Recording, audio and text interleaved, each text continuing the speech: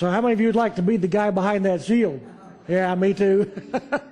Man, that'd be tough, wouldn't it? Woo! And Gloria was just telling me that those things are a lot heavier than you think they would be. Said they're actually pretty heavier than you. Is that what you said? Or yeah, wow, that's yeah, man. Yeah. Well, that's true, but I want to just begin with some statistics. A recent survey showed that 75% of people make up 3/4 of the population. I also found out that about 1/3 of American adults are too short for their weight. It's what? It's also been proven that 95% of statistics are made up on the spot. I would believe that. Let me just welcome to week number 6, actually, of our brand new series called Incendiary. Yes, Incendiary. And Incendiary, we've been talking about the full armor of God, about being able to stand firm against all the stuff that Satan wants to throw at us, because he wants to throw all kinds of stuff at us, and God says, put on the full armor of God, and you'll be able to stand against all that stuff. Well, you know, talking about Paul, after Paul had been accused of mutiny and beaten and arrested and almost assassinated and attacked by a snake, shipwrecked, all kinds of things that had happened to Paul. After all that had happened, Paul was imprisoned in Rome for about 2 years under the watchful eyes of Roman soldiers. And during his imprisonment then, Paul was able to write 4 of the epistles in the New Testament, which are, Ephesians, Philippians, Colossians, and Philemon. Of course, Ephesians is where we've been studying, Ephesians chapter 6, about the full armor of God. And he wrote that while he was in prison. So I think you can kind of understand that there's some correlation there between this full armor of God that he talks about, the armor that the Roman soldiers wore, because he was there. He saw the armor that they wore and all those different kind of things, and God spoke through him at that time, or spoke to him at that time, telling him, hey, here's what these pieces of armor represent as far as our spiritual armor is concerned. And he drew this analogy, of course, by the Holy Spirit. And he says, if we wear these things, if we put these things on, we'll be able to stand against the incendiary arrows of Satan. So that's what Paul says in Ephesians 6. So far we've looked at the first 3 pieces of armor. And we're going to look at a couple of more, one of them today and another one next week, and then I guess we'll be done with this particular series. It's been interesting to look at those pieces of armor. And to see what they represent and how they affect our lives, our spiritual lives, and those kind of things. And so far we've looked at the first 3 pieces of armor. The first one being the belt of truth. And what we discovered in the belt of truth is that the belt of truth is simply the fact that Jesus is who he said he is. He is the truth himself. Of course, the opposite of that it would be, and this makes sense, and you've got to think about that in this respect. That if Jesus is the truth, then what is the lie? Paul talks about the lie specifically in Romans. He makes mention of that. Actually, the lie is just the opposite of what the truth is. Well, the truth is that Jesus is who he says he is. The lie is that Jesus isn't who he says he is. That there is some other way, any other way into heaven except through Jesus Christ. And Satan wants to convince our world of that and has done actually a pretty good job. We also talked about the breastplate of righteousness, which is designed to protect our vital organs and, of course, especially our heart, because that's the most vital organ probably that we have in our chest area or in that center mass area.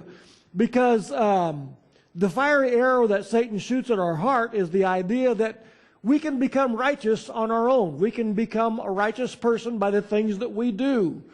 And a lot of us think that. A lot of our world thinks that, is that that's how you become righteous, is by the stuff that you do or that you don't do. And the religion teaches us the same thing, or tries to teach us the same thing.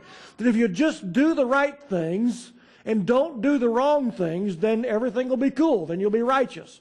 You'll be in good standing before God. But nothing will be farther from the truth. As a matter of fact, Paul makes it really clear in Philippians chapter 3 and verse 9. He says, not having a righteousness of my own, derived from the law. And that's what we like to think, is that if we just keep the law, if we just keep the 10 Commandments, then everything's cool. How many of you have seen those signs on the freeway once in a while that says, you know, just keep the 10 Commandments, follow the 10 Commandments, and God will be pleased? I've seen those. There's one just north of Anthony on the freeway, headed towards Las Cruces. It says, just keep the 10 Commandments. Everything will be cool between you and God. So that's just a Ratzlaff translation. That's not exactly what it says. But he says, the righteousness we have is through faith in Jesus Christ, because He is our righteousness. We don't have a righteousness of our own. He is our righteousness. He is the one who makes us righteous. The third piece of armor was the boots of the gospel of peace. You know, that one is, wow. There is so much within the boots of the gospel of peace that I wish we could spend about, 6 months talking about that. But to wrap all that up in a nutshell is the fact that that God has already reconciled the world to Himself, that the sin issue has already been dealt with. That He's not counting our trespasses against us, and by us I mean the entire world. And He tells us in the Bible that He has committed unto us the message of reconciliation, not the word of reconciliation, not the word of condemnation. And our religious world preaches this word of condemnation, that you are condemned because of your sin, and if you don't get your life straightened out, you're going to go to hell. Well, the Bible specifically and directly says that God has committed unto us the word of reconciliation. That's totally different than what our religious world teaches. Totally different than what religion and denominations and all that kind of stuff say. Okay, before I get all hung up on that and go, we're going to go on to the one that we're going to talk about today, which is the shield of faith. And Paul says in Ephesians 6:16, he says, taking up, in addition to all, take up the shield of faith with which you will be able to extinguish all the flaming arrows of the evil one. Well, who's the evil one? Well, that's Satan, of course, right. And he says, if we'll take up the shield of faith, we will be able to stand against or to extinguish all those fiery arrows, those incendiary arrows that Satan fires at us. Okay, so let's talk about the shield for a minute, because I think that's kind of one of those things we may misunderstand to some degree, because the Roman shield was probably not the standard shield that most of us think about. When we think about it, when I think about a shield, I think one of them little round things about that big, that they stick on their arm, But it wasn't. It wasn't anything like that, really. Instead, the shield that Paul knew in his day, the shield that Paul saw the Roman soldiers carrying around, looked a whole lot more like, it was like this, It's a big shield. It's a huge shield. It's very large, slightly curved, so that it would, deflect the blows of the oncomer. And some shields were as much as 3.5 feet tall and almost 3 feet wide. Well, you can see if it was that tall and that wide, you could crouch down and you could hide behind that thing. So it was a big shield. It was something that could be used in that respect, rather than just to ward off a single blow of some kind or another. As a matter of fact, they got into groups, as you see sometimes, where they would use these shields and protect the whole group, the whole bunch of soldiers. Everybody would hide behind these things, But there was also a large metal knob in the middle that was called a boss. I don't know why they called it a boss. That's what they called it. Which, of course, that would give you a little extra oomph as you were trying to deflect the vicious blows from the oppressors or whatever, as well as maybe giving you a little bit of a measure of, offensive kind of a thing, as far as that's concerned. So what's interesting to me about this particular piece of armor, the shield of faith, is that as you read through the list that Paul gives us as far as the armor that we are to wear and to put on and those kind of things, this actually is the first thing that we are told to pick up rather than to put on.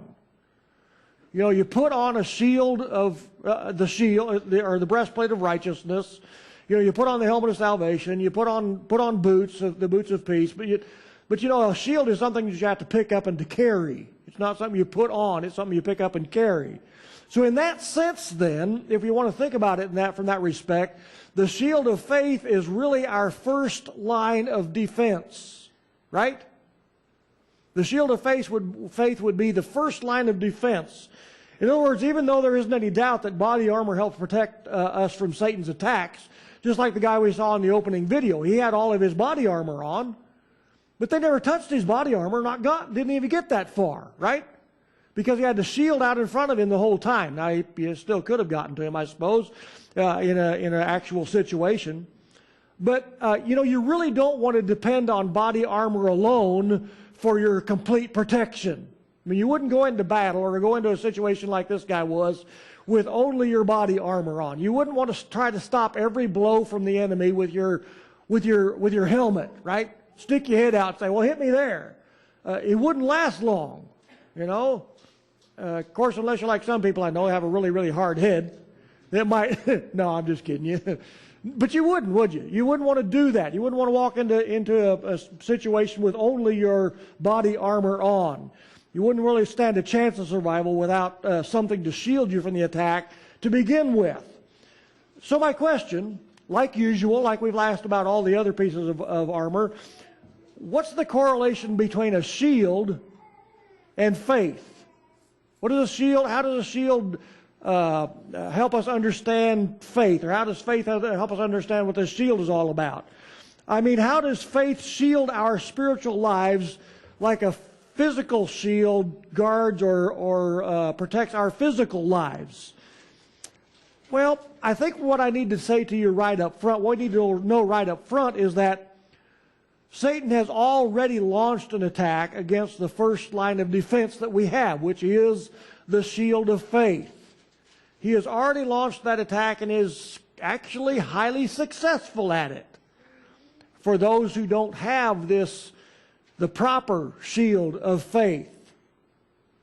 And the way that he has done that, the way Satan has attacked us on that front and attacked our world on that front, is by telling us that the answer to everything you've ever needed or ever wanted is all tied up in this single concept of faith.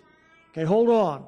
I'm going to explain that in a second, because Satan has convinced our world, and sometimes us, that anything and everything that you want is all tied up in this single concept of faith. Okay, got me so far? Because what he tells our world is just have faith, right? Keep calm. Just keep calm and have faith. Everything will be all right. Our world does that all the time. Our world around us does that all the time. And we say that to one another, I suppose, once in a while. Just keep calm and just believe. Yeah, you can have anything you want if you just have enough faith. But what you need to know is that faith is not the answer. Faith is not the answer. That kind of faith is a totally secular idea. Because from this standpoint then, simply believing will not protect you from the world forces of darkness or the spiritual forces of wickedness in high places, as Paul says, any more than if you didn't have any faith at all. Faith is not the answer. Faith will not protect you. I know you're saying, I don't understand. Okay, that's cool. Well, because simply having faith, just believing, no matter how great your faith might be, and there are people that claim to have great faith, right? A lot of people claim to have a lot of faith. But faith won't change a thing other than give you maybe a false sense of security. Okay, so let me say this then, because you're probably saying, well, wait a minute, I thought faith is what it was all. Well, it is, but it's not. Faith won't do nothing for you.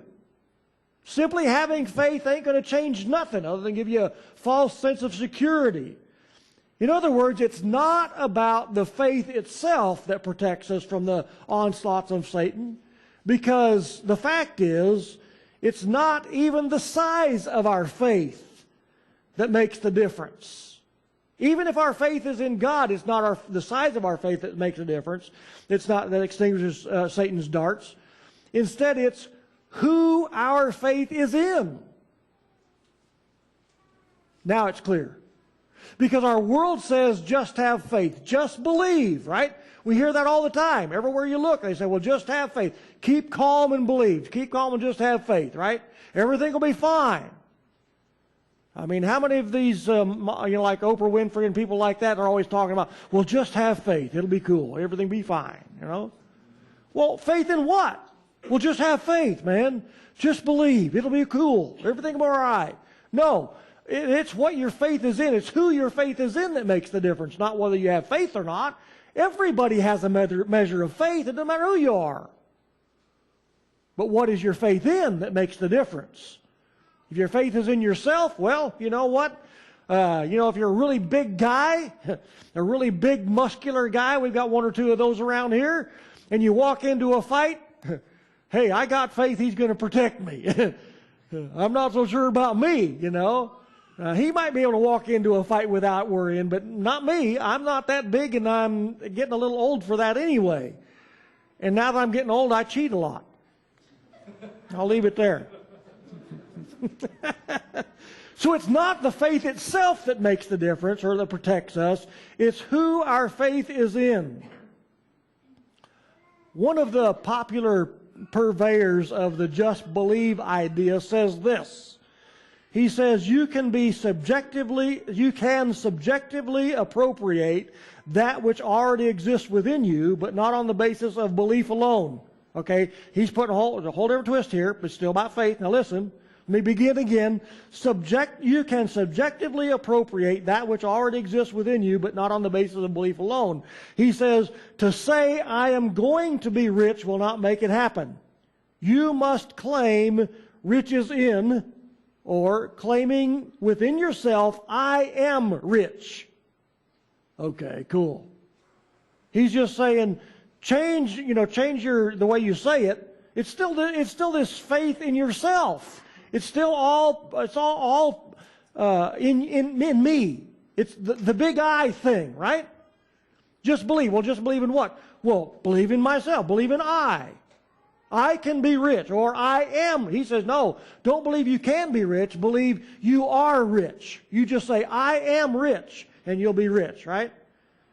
Wow. And he goes on to say, you must believe in the present tense because the active creative power that you are. I'm going to say that again until I give you the last couple words. You must believe in the present tense because the active creative power that you are is God. See?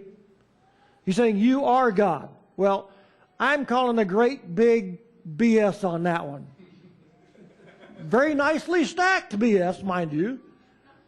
Somebody did a really nice job on that pile. But, I bet it still smells the same. What do you think?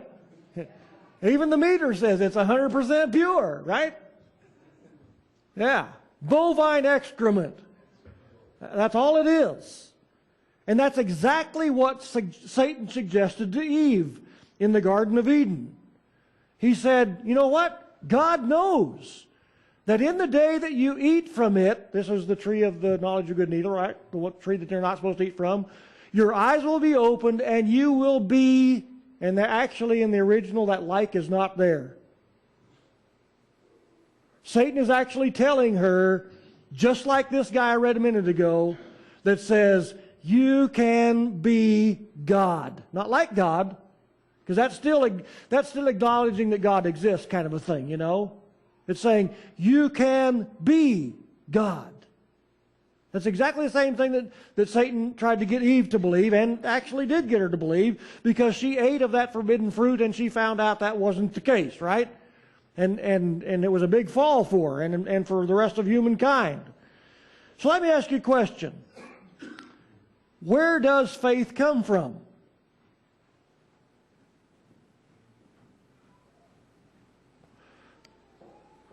I mean, how do you grab a hold of faith?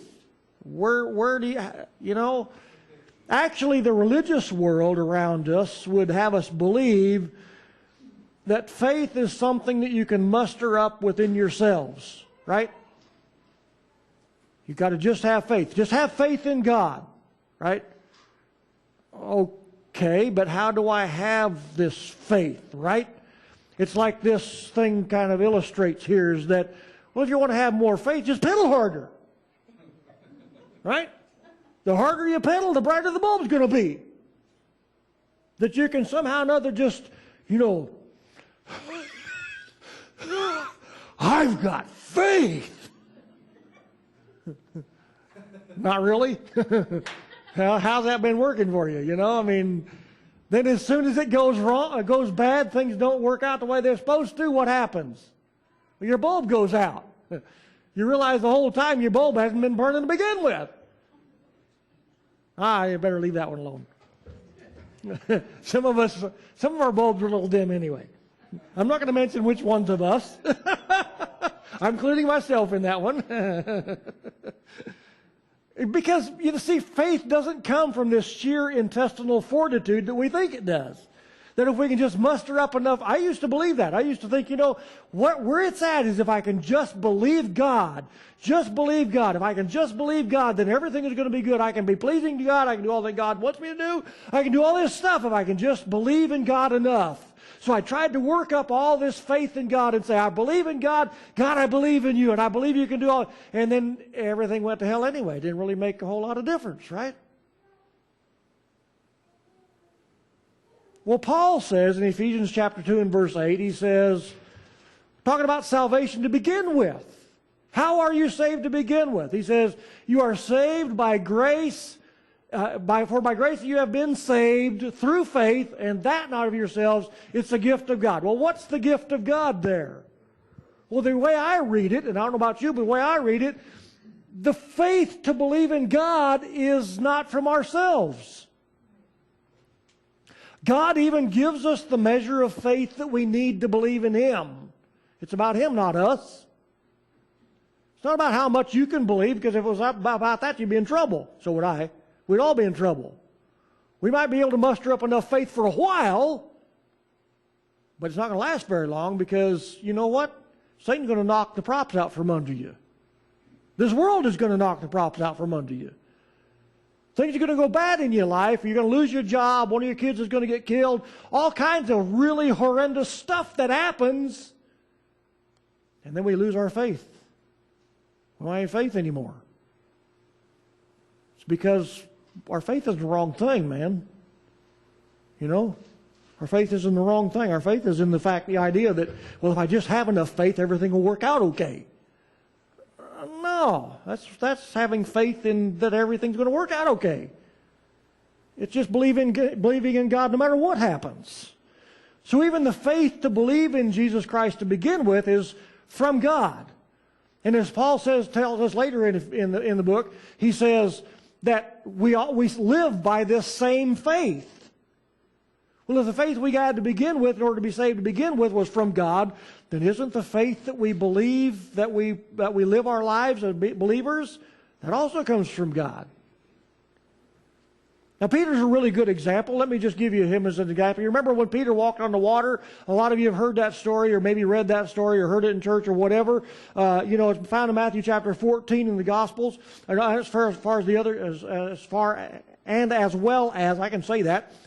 well as in the other Gospels. And Jesus had just gotten done feeding 5,000 men, the Bible tells us. And with some poor kid's lunch, they stole it from him and they broke... Well, maybe it wasn't exactly that way. It was close enough, And they fed 5,000 men. I don't know how many women and children might have included, but a bunch. And it also says that there was 12 basketfuls left over at the end of all that after everybody was full and sitting back and belching and all that kind of stuff. And at that point, Matthew tells us, look at this, immediately afterwards, that's Jesus, made the disciples get into the boat and go ahead of him to the other side while he sent the crowds away.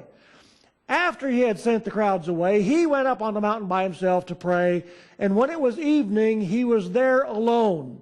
Okay? And there's all kinds of stuff going on here, lots of things that are happening, but this is kind of where it gets interesting, because what he talks about here is, this is really where the funny part, I think. He says, after he had sent the disciples, crowds away, he went up on the mountain by himself to pray, and there he was alone. Now Matthew tells us that not only had a big wind come up that was actually threatening to capsize the boat and to drown them all, and the reason it was going to capsize the boat and drown them all is because they were already too far from shore to get back, or to go on and, to be able to swim to the other side, or to swim back to shore, either way. So, since that was the problem, then we find out then in the fourth watch of the night, he came to them walking on the sea, and when the disciples saw him walking on the sea, they were terrified. Well, I guess so, right? And they said it's a ghost, and they cried out in fear. Well, now here's kind of the funny part, I think, because he says, immediately Jesus spoke to them, saying, "Take courage, it is I." Yeah, right. By that time, for me, it had already been too late. He can say that if you want to, but I'd already dropped the load by that time. Did I say that out loud? He said, "Don't be afraid." Yeah, right. Well, I'm already terrified. That's what it said. They were already terrified. Well, you know the rest of the story. What happens is that Peter gets out of the boat, and that's what's important for us to see today. That's where I want to take you to. I just wanted to kind of bring you up to speed on the rest of the story so you can see what happens here with Peter. Peter said to him, "Lord, if it's you, then command me to come out to you on the water." And he said, "Come." Jesus said, "Well, come on." And Peter got out of the boat and walked on the water and came toward Jesus. But seeing the wind, he became frightened, and beginning to sink, he cried out, "Lord, save me." Okay. Now, one very popular preacher in our day, commentator that I read, said that, here's what he said. He said, Peter's faith was enough to get him out of the boat, but it wasn't enough to carry him across the water. I totally disagree.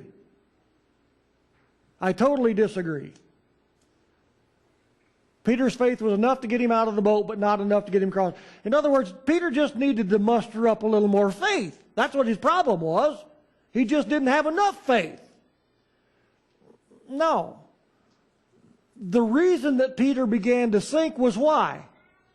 Because he looked around him and he began to look at something other than Jesus, right? He looked at his circumstances instead of looking at Jesus. Again, I'm going to tell you, it's who your faith is in, not how much faith you have. Peter had all the faith in the world. But then he began to have a little more faith in the wind and the waves that they were going to drown him than he did in Jesus Christ, right?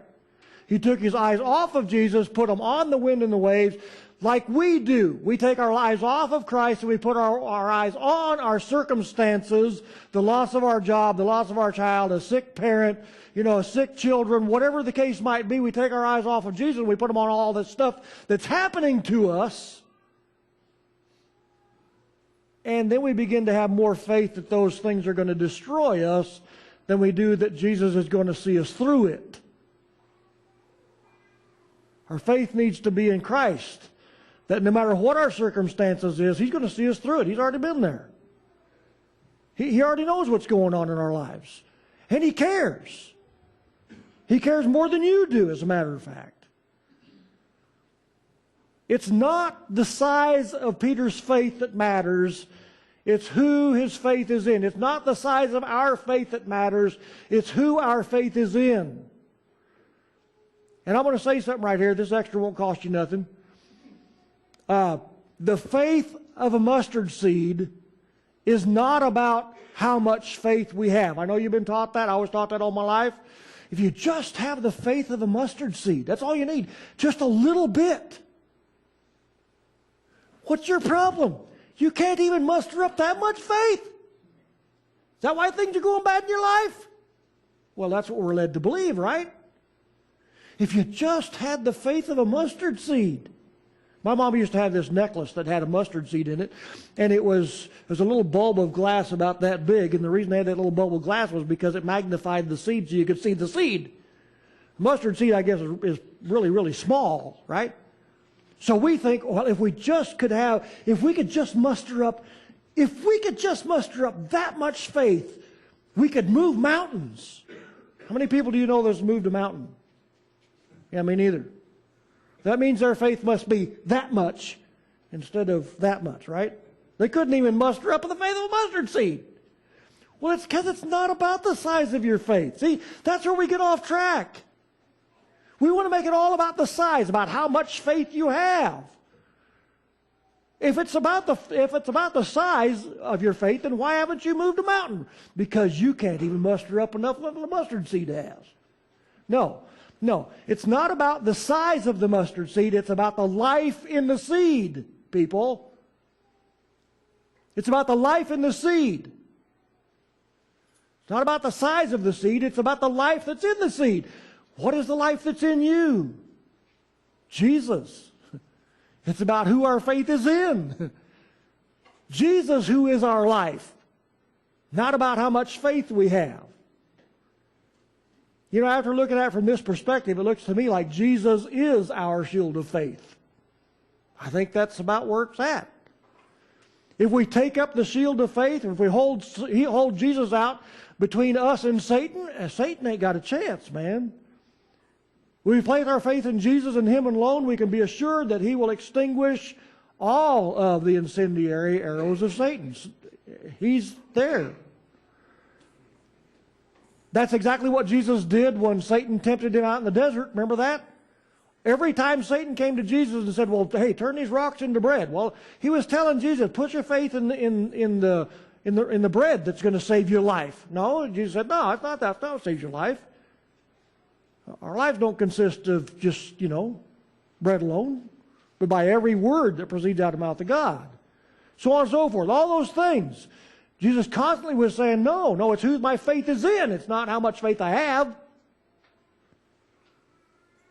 So each time Jesus said, no, my faith is in God, not in these other things. And that's why Peter tells us here in Ephesians chapter 6, is that he says, in addition to all the other stuff that you've already put on, taking up the shield of faith with which you will be able to extinguish all the flaming arrows of the evil one. Is he telling us to just have more faith? No. He's telling us, who is the shield of faith? What is your faith in? Well, if your faith is in Jesus Christ, who is the warrior of all warriors, then, hey, you got it. He's there. Jesus is the one our faith needs to be in, not how much faith we have. Because even the faith that we do have is faith that God gives us to begin with. God's awesome, man. I'm telling you. We make it so hard. We make it so hard, and yet it's so simple. Who is your faith in? My faith is in the Lord. Because the Lord is a warrior. The Lord is His name. Lord bless you all. Amen. Give God a hand.